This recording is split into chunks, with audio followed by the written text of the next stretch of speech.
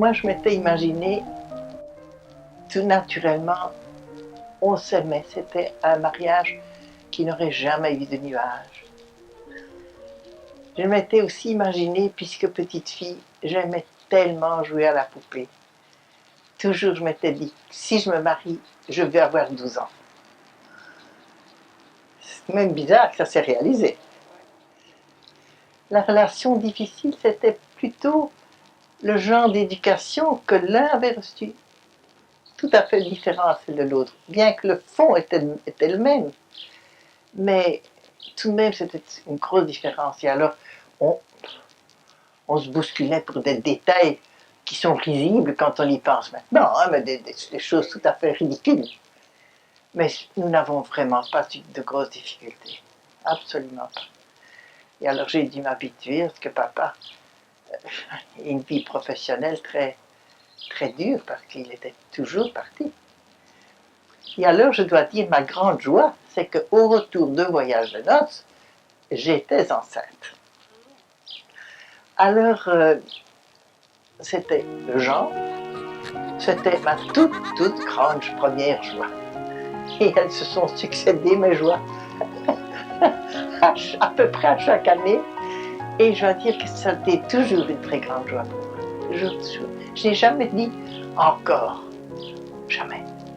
Je trouvais ça quelque chose de formidable, donner la vie à un nouvel être. Oh, je trouvais ça formidable. Je ne pourrais pas dire quand j'ai été la plus heureuse de toutes les naissances, parce que naturellement, chaque naissance est accompagnée de quelque chose. Elles ne sont pas toutes pareilles. Par exemple, celle d'André a été assez dramatique, celle d'Agnès a été très difficile, celle de Luc, il ne faut pas en parler puisque c'était pendant la fuite, c'était très difficile, parce que je trouvais dans chaque difficulté, je trouvais plus la joie que, que, que la difficulté. J'avais vraiment mon rêve.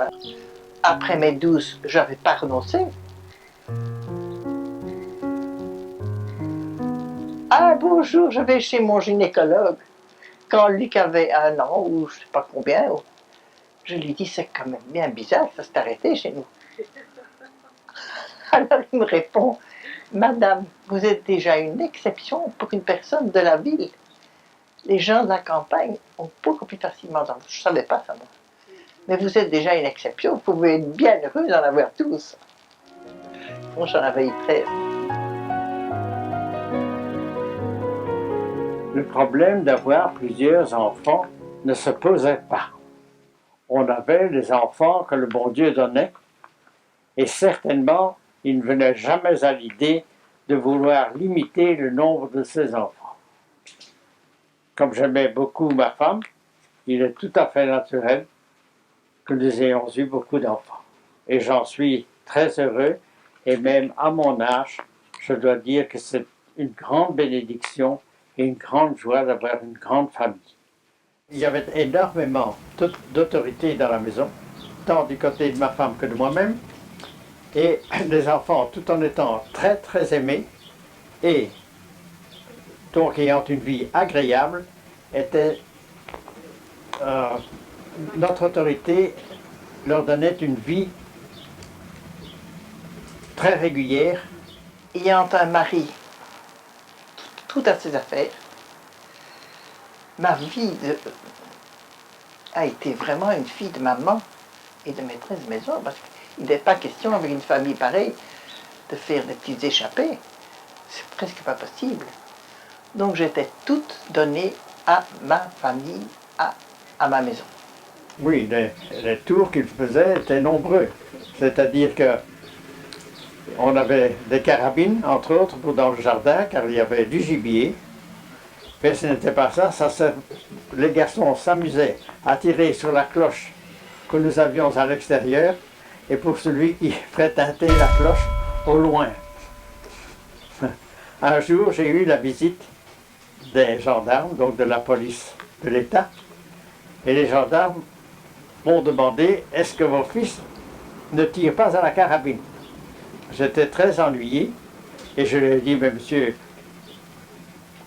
vous pouvez entendre, on entend toujours, on tire partout. Non, mon fils, Mon fils, j'ai une carabine, mais mon fils ne touche pas à cela. Et heureusement, à ce moment-là, au loin, on a tiré plusieurs coups et j'ai pu leur prouver en leur disant, vous entendez, ce n'est pas ici. Et alors le soir, c'était pour moi formidablement agréable, quand tous les enfants étaient couchés, de me retrouver avec papa. Mais comme je le voyais souvent très soucieux, je lui disais très peu mes soucis de ménage. Je n'allais pas lui raconter les bêtises que faisait l'un ou les bêtises que faisait l'autre.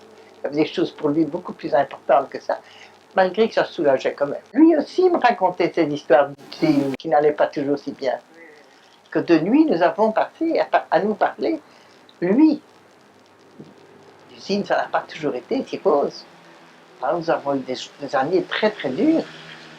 Et alors papa me racontait ça, et comme il était tard avant que tous les enfants soient couchés, tout ça, bien sûr dans notre lit, bien des nuits nous avons passé à parler, à avoir les préoccupations de ça. Mais dans le fond de nous-mêmes, nous n'avons jamais désespéré de rien.